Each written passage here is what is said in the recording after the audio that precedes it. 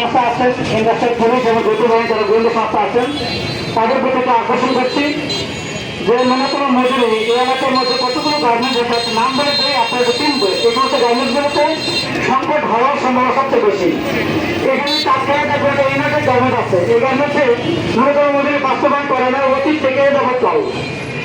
লাঠিবাজারের মিত্র garment আছে, সেখানে অতীত থেকে এখন পর্যন্ত শ্রমিকের ন্যূনতম মজুরি বাস্তবায়ন করে নাই। এর সামনে পিএম গভর্নমেন্টের সাথে রিসিভ গার্মেন্ট এই গভর্নমেন্ট করে কোনো ন্যূনতম মজুরি বাস্তবায়ন করে নাই। আপনার সামনে দেখবেন জিএমসি এলাকায় সেখানে অনেকগুলো গার্মেন্ট আছে, ন্যূনতম মজুরি বাস্তবায়ন করে নাই।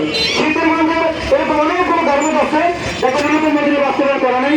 এই সমস্ত গার্মেন্টগুলোতেই দেখবেন শ্রমিকের বোনাস নিয়ে, ছুটি নিয়ে এবং শ্রমিক ছাঁটাই নিয়ে এবং বেতন নিয়ে সবচেয়ে তারা অনেক ঝামেলা সৃষ্টি হওয়ার সম্ভাবনা সবচেয়ে বেশি আছে।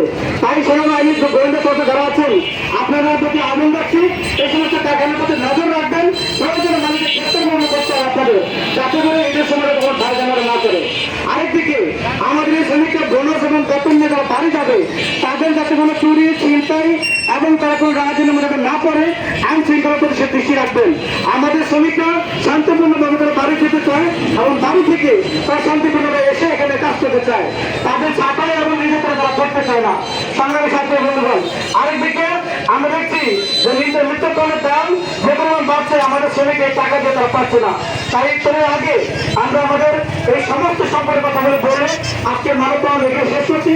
আমরা একটু সংক্ষিপ্ত মিছিল করলে আমাদের প্রোগ্রাম শেষ করবে। ধন্যবাদ।